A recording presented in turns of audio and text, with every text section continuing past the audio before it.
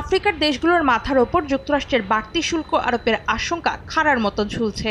এমন অবস্থায় মহাদেশটির ৫৩টি দেশের পণ্য আমদানির ওপর থেকে বিদ্যমান শুল্ক প্রত্যাহারের জন্য প্রস্তুত চীন। চীন আফ্রিকার সহযোগিতা বিষয়ক এক বৈঠকে এমন ঘোষণা দেয় বেইজিং। তবে কবে কার্যকর করা হবে এই নিয়ম সে বিষয়ে নির্দিষ্টভাবে কিছু জানায়নি দেশটি।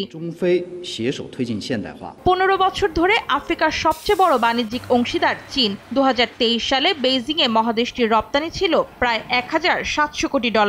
গত বছর স্বল্পোন্নত দেশ হিসেবে আফ্রিকার ৩৩টি দেশের পণ্যের ওপর থেকে শুল্ক মওকুফ করে চীন। এই ঘোষণা সেই উদ্যোগেরই সম্প্রসারণ বলে জানিয়েছে দেশটি।